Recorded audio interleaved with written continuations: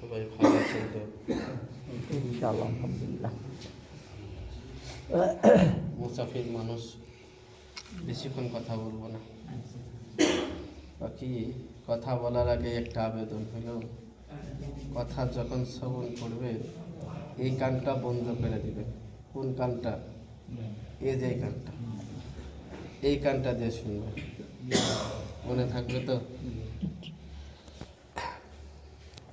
আলহামদুলিল্লাহ আলহামদুলিল্লাহ নাহমাদুহু ওয়া নুসাল্লি আলা রাসূলিহিল কারীম। أما بعد فقد قال الله تبارك وتعالى في كلامه المجيد وفي فرقانه الحميد. أعوذ بالله من الشيطان الرجيم. بسم الله الرحمن الرحيم. لقد خلقنا الإنسان في أحسن تقويم ثم رددناه أسفل سافلين.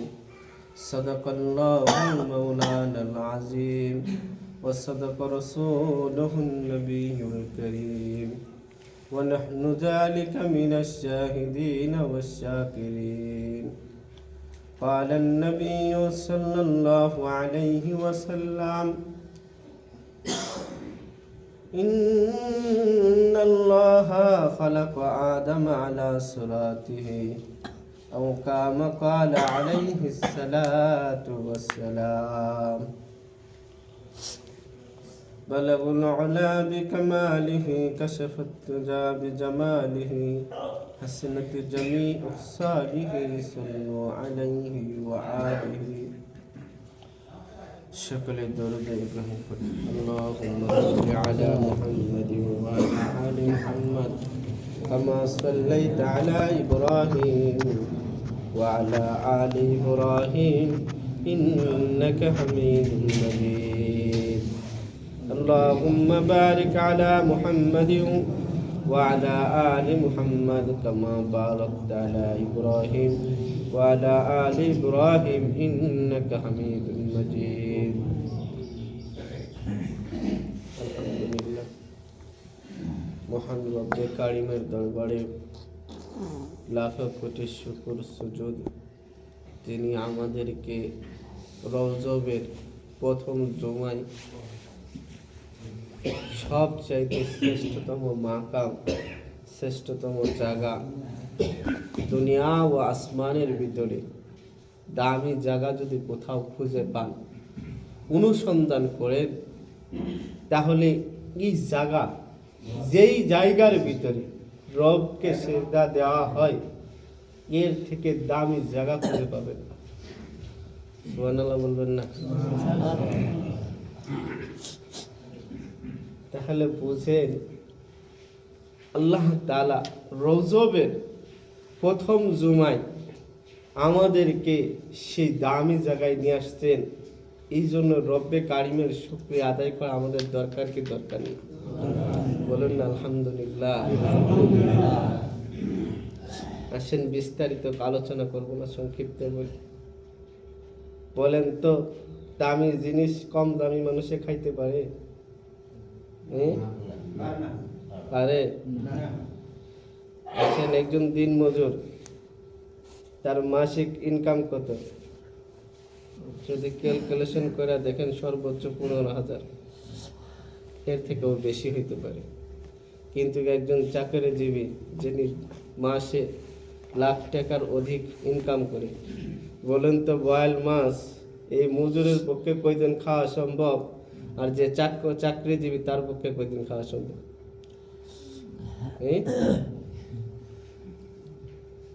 মজুরের পক্ষে সম্ভব? দিন মজুরের পক্ষে, কৃষকের পক্ষে সম্ভব? একদিন আনলে 6 মাস চিন্তা করতে হবে যে গেছে মাসে মাছ আনছিলাম, এত টাকা আমার খরচ হয়েছে, আমার ছেলের বেতন এত টাকা, মাদ্রাসায় দিতে হবে, স্কুলে এত টাকা দিতে হবে, হিসাব করতে হবে, অঙ্ক কষাইতে হবে। বুঝতে পারতেছেন তো কথা? দুনিয়ার মুসলমান বাজার। তাহলে দুনিয়ার হাইসিয়তে দুনিয়ার নিজাম অনুযায়ী যদি আমরা বিবেচনা করে দেখি, ভালো জিনিস ভালো মানুষ ছাড়া সবাই খাইতে পারে না, সবাই আনতেও পারে না। তাহলে বলেন তো রব যারা নিয়ে আসবেন ভালো জায়গায়, সে ভালো না খারাপ? এখন বলেন, আমি যে ভালো, আমাকে যে রব ভালো মনে কইরা শ্রেষ্ঠ জায়গায় বসায় দিলেন, সেই রবের শুকরিয়া আমার পক্ষে করা আবশ্যক কিনা? যদি এর আবশ্যক হয় একবার জবান খুলে বলি আলহামদুলিল্লাহ। বুঝেন না কথা? বুঝেন তো? হয়তো আমার ভাষাগুলো জামালপুরে, শেরপুরের মানুষের বুঝতে মনে হয় কষ্ট হবে না, পাশাপাশি তো। যদি রবের শুকরিয়া করতে হয়, যে রব আমাদেরকে দুনিয়ার ভিতরে আসমান জমিন থেকে সবচেয়ে দামি জায়গায় দাঁড় করাইয়া দিলেন, সে রবের শুকরিয়া আদায় করতে আমার মনে হয় না কোনো মুসলমানের সন্তান কৃপণতা করতে পারে।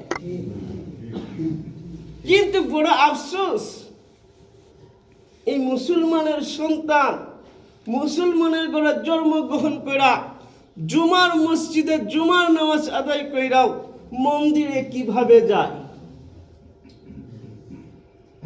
কোন পদ্ধতিতে যায়, কেমন কইরা যায়, আমার প্রশ্ন এই জায়গায় ওঠে। তাহলে মুসলমান হইতে পারি নাই আমরা। যদি মুসলমান হয়ে যাইতো, মন্দিরের নিকট দিয়েও যাইতো না। ইতিহাস হাতায় দেখেন, কয়েক হাজার বছরের ভিতরেও কোনো হিন্দুকে আপনার জুমার মসজিদের কাছেও খুঁজে পাবেন না।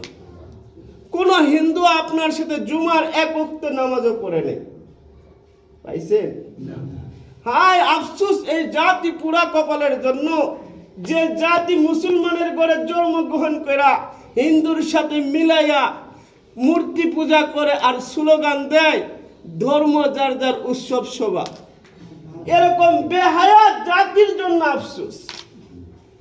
কপাল পুরা, এমন কপাল পুরা, মসজিদে আসবার পাইরাও, মসজিদে ঢুকবার পাইরাও, মসজিদের ভিতরে বসতে পাইরাও, এ তো জামি জায়গার ভিতরে থাকবার সুযোগ পাওয়ার পরেও শুকরিয়া আদায় করেন, এ তো নাফরমান।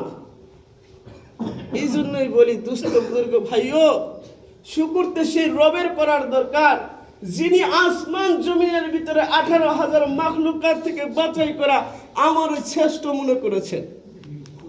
এত বাহাদুরি করেন না, আপনি এত দামি ছিলেনই না যে দাম আপনাকে দেয়া হবে।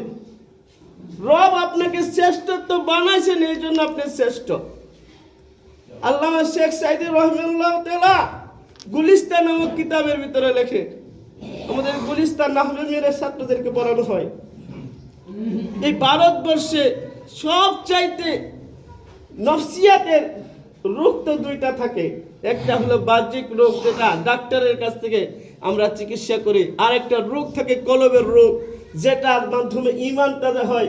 এই ঈমান তাজার ডাক্তার, সবচেয়ে শ্রেষ্ঠ ডাক্তার আল্লামা আশরাফ আলী থানভী রাহিমাহুল্লাহ তাআলা লেখেন, গর্ব করিস না, গর্ব করিস না, তুই বাদশার চাকর, তুই বাদশার সেনাপতি, এই জন্য গর্ব করিস না, বরঞ্চ শুকরিয়া কর, বাদশা তোকে সেনাপতি হিসাবে নিয়োগ দিয়েছে। এই বইলা গর্ব করেন না আমি মুসলমান। হিন্দুর মূর্তিতেও যা স্লোগান দিয়া বলেন ঈমান কই যাবে, ঈমান কে তো দুর্বল। গর্ব করিস না, রব তোকে ভালোবেসে মুসলমান বানাইছে, এটা তোর কপাল। নাখাস্তা গুনাহগার বদমাইশ বুঝতে চাই না যে ঈমান কি দামি জিনিস। এখন বড় আফসোস এই জন্য লাগে, মুসলমানের সন্তান হওয়ার পরেও মসজিদে আইসা নিজের মনকে শান্ত করে না, মাহফিলে গিয়া মনকে শান্ত করে না, কুরআনের মসমাতে গুলাকে মন শান্ত করে না, শান্ত করে গানের মসনদে গিয়া, নর্তকীর মসনদে গিয়া, মূর্তি পূজকদের সাথে উঠা বসে কইরা, মূর্তির পূজার সঙ্গ দিয়া আনন্দ উচ্ছ্বাস করে, ভালোবাসা প্রকাশ করে, আর উদারতা প্রকাশ করে ধর্মযার উৎসব সভা। এই জাতির থেকে পুরা কপাল আর কোন জাতি হইতে পারে? বড় আফসোস লাগে তখন যখন শুনি মুসলমানের জবান থেকে বের হয় ধর্ম যার যার উৎসব শোভা। বুঝতে পারছেন মনে হয়? কথা বুঝতে পারছেন? আরে আফসোস তো তখন লাগে আরো, যখন মসজিদের মিম্বারে ইমাম সাহেবকে বসাইয়া সম্মানের সহিত আবার এই ইমাম সাহেবকে বেইজ্জতি কইরা গার দইরা বাইর করে দেওয়া হয়। কেন বানাইলা এমন ইমাম? কে বানাইতে বলেছিল যে ইমামকে মানতে পারবে না? কেন মিম্বারে বসাইছিল সেই দিন? দরকার ছিল না তো মিম্বারে বসানো, যে ইমামকে মিম্বার থেকে গার দইরা বাইর করতে হয়। কে এই অধিকার দিয়েছিল? মুসলমান কপাল পোড়া। এই জন্য দেখেন আল্লাহ মাঝে মাঝে আযাব দিয়া সাইজ করে ফেলতেছে। কিছুদিন আগে করোনা আসছিল, ঠান্ডা করছিল না? আমার চোখে দেখা যে শহর কখনো শান্ত হয় না, 5 মিনিটের জন্য কখনো শান্ত হয় না, শত শত লাশ পড়েও যদি শহর ধূলিসাৎ হয়ে যায়, ওই শহর কখনো শান্ত হয় নাই। সেই শহর রব একদম ঠান্ডা বানায় দিয়েছিল। মানুষ তো দূরের কথা, একটা পিপিলিকা চলতেও ভয় পাইতো ওই শহরে। দেখছেন করোনার ভিতরে শত শত রাস্তা খালি পড়ে আছে, খালি বাসা, মানুষ পাওয়া যায়নি। ঘর থেকে বাইরে হইতে ভয় পাইছে মানুষ, মসজিদে যাইতে ভয় পাইছে।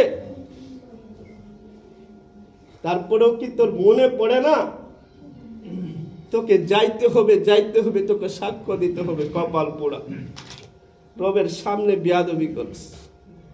এই জন্য বলি মেরে মুহতারাম দুস্থ বুজুর্গ ভাইও, রব আমাদেরকে একত্রিত করেছেন এই রজবের প্রথম সপ্তাহে শ্রেষ্ঠতম মাকামে, শ্রেষ্ঠতম জায়গায়, শ্রেষ্ঠতম মানব হিসেবে, শ্রেষ্ঠতম গোলাম হিসেবে, শ্রেষ্ঠতম কর্মচারী হিসেবে। এই জন্য আবারও জবান খুলে বলি আলহামদুলিল্লাহ। এবারও কি কৃপণতা হবে? আবার বলি আলহামদুলিল্লাহ। আমাকে সময় খুব কম দেওয়া হয়েছে, এখন আমি কি থেকে কি বলবো একটু চাপে বলে যাচ্ছি, যেহেতু আমাকে 25 পর্যন্ত দেওয়া হয়েছে, অলরেডি 25 পার হয়ে গেছে।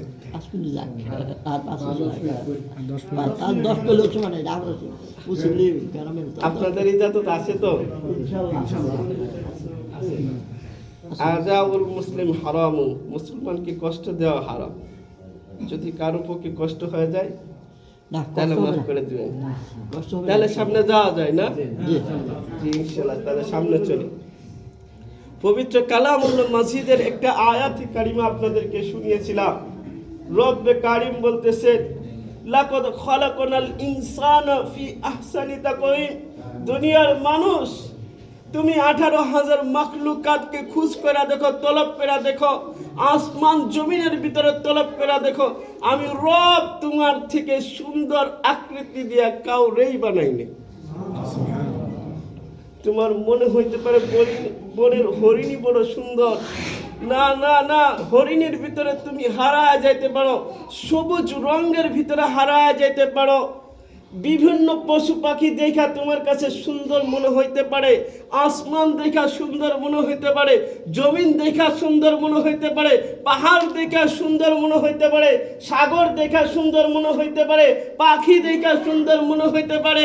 আমি রব কসম খায়া বলি, একবার নয় 3-3 কসম খায়া বলি, আমি রব তোমার থেকে সুন্দর আকৃতি দিয়ে কোনো কিছু বানাই নাই।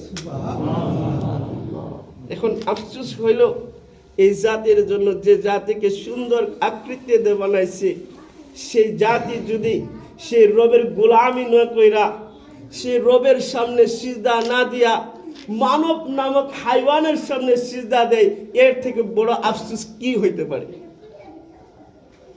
এর থেকে কষ্টের বিষয় কি হইতে পারে?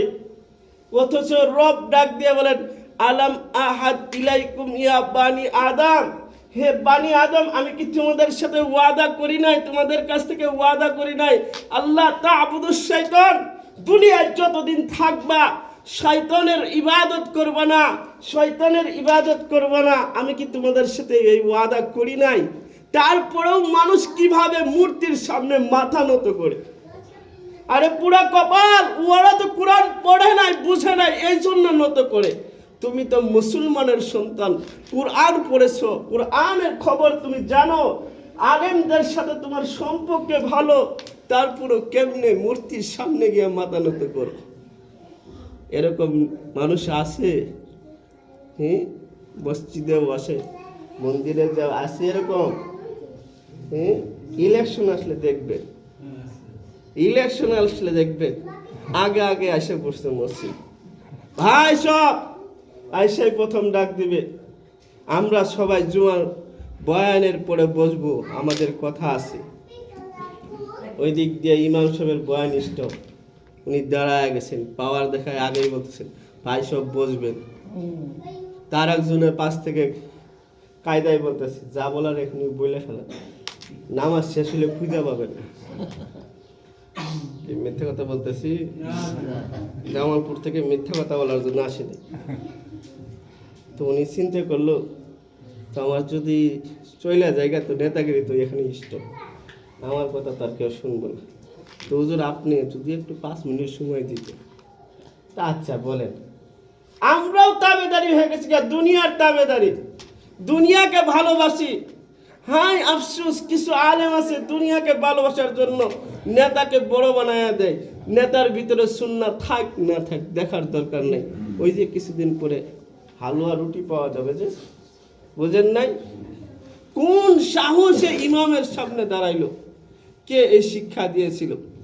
কেউ দেয় নাই, কুরআন তো দেয় নাই কমপক্ষে। ইমাম তো তাকে বলা হয় যে সারা জাহানের রাজত্ব করবে। আল্লাহ খলিফা তো তাকে বানাইছেন, তাকেই তো খলিফা বানাইছেন যে খলিফার উপযুক্ত। এই জাতির নেতৃত্ব দেওয়ার উলামায়ে কিরাম ছাড়া উপযুক্ত আর কোনো মানুষ হইতেই পারে না। এই জাতির উলামায়ে কিরাম ছাড়া অন্য কেউ যদি নেতৃত্ব দেয়, এই জাতি প্রতিটা পদঙ্কে পদঙ্কে, প্রতিটা ক্ষণে, প্রতিটা ওয়াক্তে অপমানিত হবে, নির্যাতিত হবে, ইনশাআল্লাহ কোনো বাধাই ঠেকাতে পারবে না।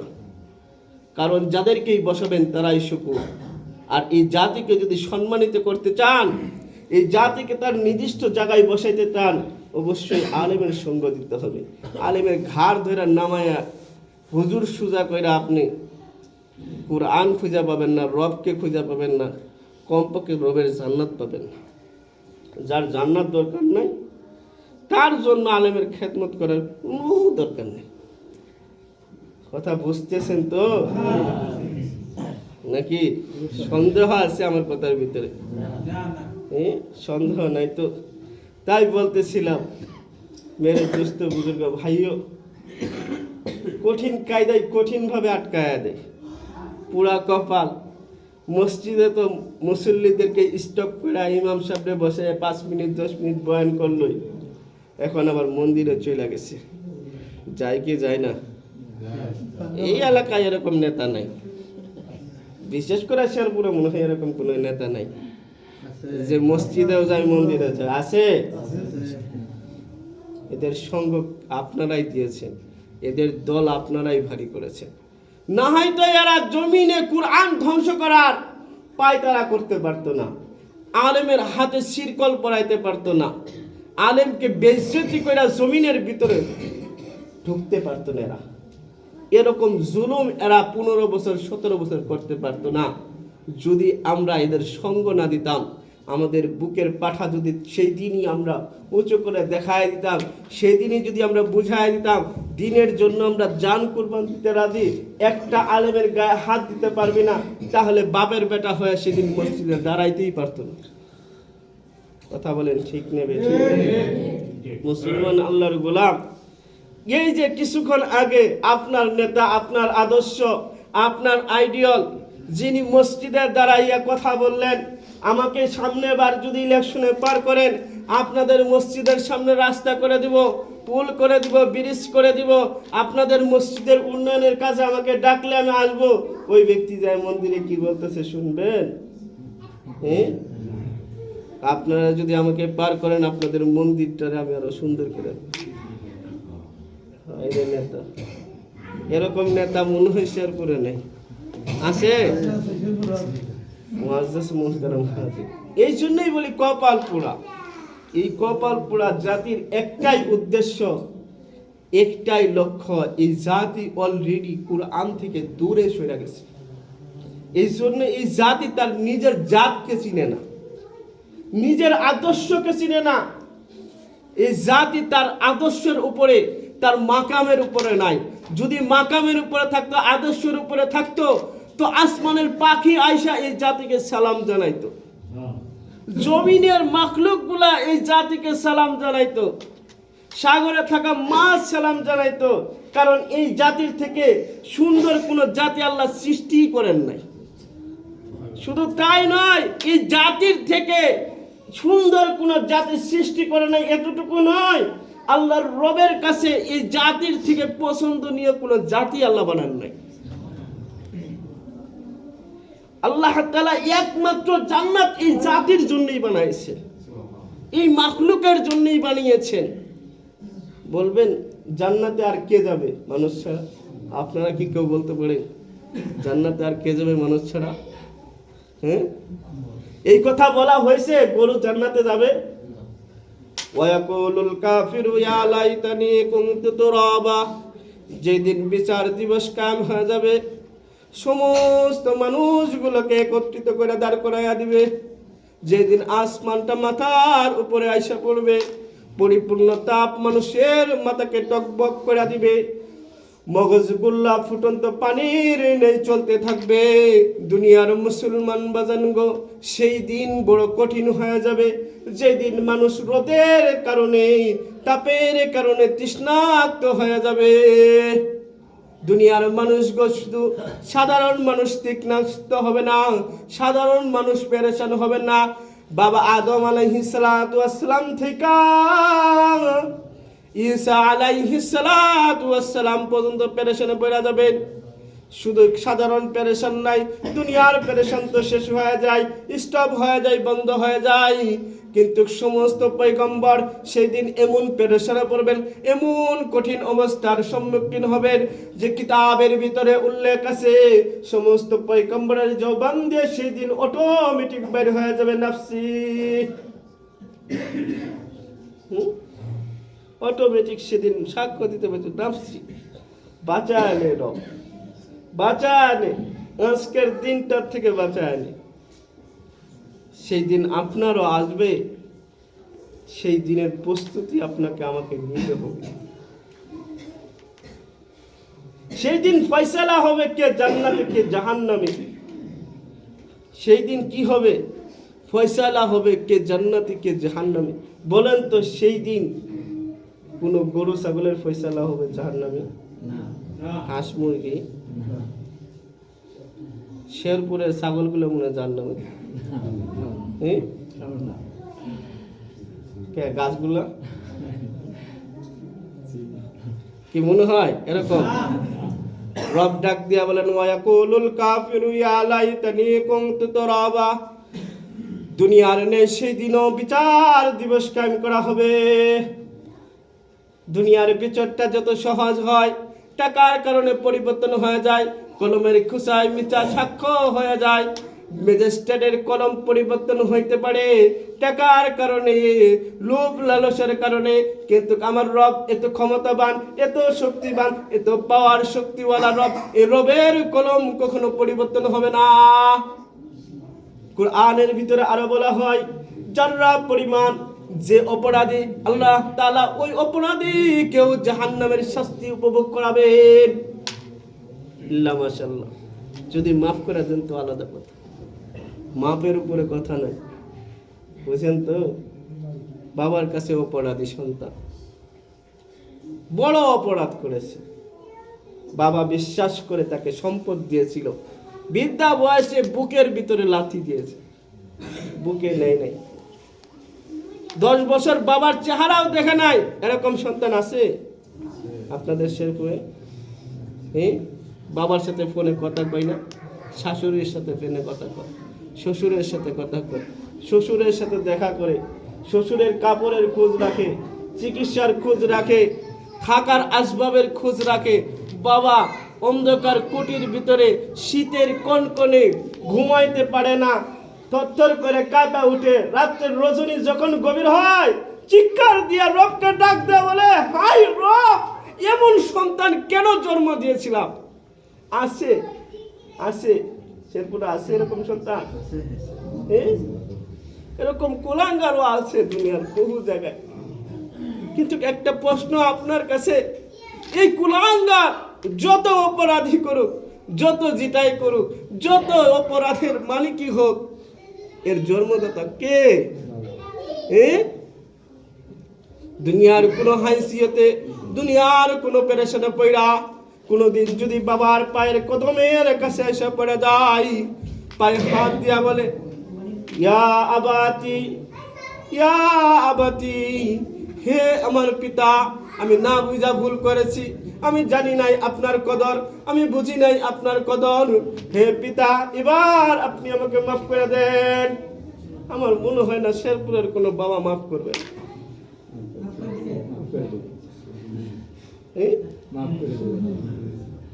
দিবে? তাহলে এরকম কোনো গান কেউ যদি থাকে তো মাফ চাইলো, কপাল কপাল থাকতে মাফ চাইলো। তাহলে বুঝেন, বাবা যদি মাফ করে দেয়, শত কষ্ট ভোগ করার পরও ওই রব কি মাফ করতে পারে? জোরে ডাক দিয়ে বলেন না, রবকে একবার ডাক দেন, আল্লাহ আল্লাহ, মাফ করে দেন না। রজব আইসা গেছে, মাফ করে দেন না। বরকত দিয়া দেন, মাফ করে দেন। পারে কি পারে না?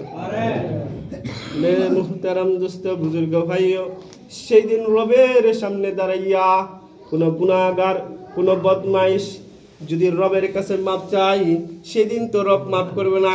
কিন্তু কোন বদমাইশ, কোন গুনাহগার গুনাহ করার পরেও যদি রবের কাছে দুনিয়ার জমিনে থাইকা গভীর রজনীতে দাঁড়াইয়া চোখের পানি ফেলাইয়া এবার রবকে ডাক দিয়া বলে, রব আর কোনো জায়গা নাই, কার সামনে দাঁড়াবো, কার কাছে যাব? জিনার খবর যদি মায়া যায় না যায়, জুতা খুলা গালের ভিতরে বাড়ি দিয়া দিবে। ভাই যদি যায় না যায়, পরিচয় দিয়া বন্ধ করে দিবে।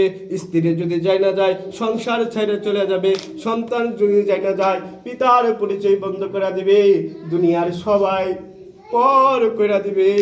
আপনার সামনে দাঁড়াইয়া গেছি, রব আপনি এবার মাফ করে দেন। দেবে কে দেবে না? বাবার যদি 1 গুণ থাকে, রব 100 গুণের মালিক হইয়া বয়ে আছে। এই জন্য গভীর রাত্রে যখন সুযোগ পাবেন, রবের কদমে সিজদা লাগাইয়া মাপ চাইলেন, তাহলে ইজ্জত খুঁজা পাবেন, সম্মান খুঁজা পাবেন, আসলিয়াত খুঁজা পাবেন।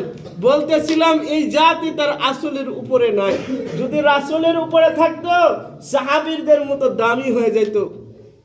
সাহাবীদেরকে ফেরেশতা সরাসরি জান্নাতের সুসংবাদ দিয়া দিছে। রাদিয়াল্লাহু আনহু, রব ডাক দিয়া বলেন, খুশি হইয়া গেছি তো হইয়া গেছি, আর কোনোদিন বেজার হবই না তোদের উপরে। যদি আসল থাকতো, আসলের উপরে যদি মানুষ এই হাইওয়ানের নাতেক থাকতো, মুসলমানের সন্তান থাকতো, তাহলে বৃদ্ধা বয়সে বাবা বৃদ্ধাশ্রমে যেত না। বুঝেন নাই? যদি আসল থাকতো, তাহলে সন্তান বাবার ঘাড়ে ধরার সাহসই করতে পারত না। আল্লাহ তাআলা আমাদেরকে কোরআনের সাথে লাগায় রাখুক, এবং মানুষ হিসেবে যে আসলিয়াত, যে গুণ আমাদের অর্জন করার দরকার, সেই গুণ আমাদেরকে অর্জন করার তৌফিক দান করুক। ওয়া আখিরু দানিল আলহামদুলিল্লাহি রাব্বিল আলামিন। অনেক লম্বা সময় নিয়ে ফেলছি, মারছে।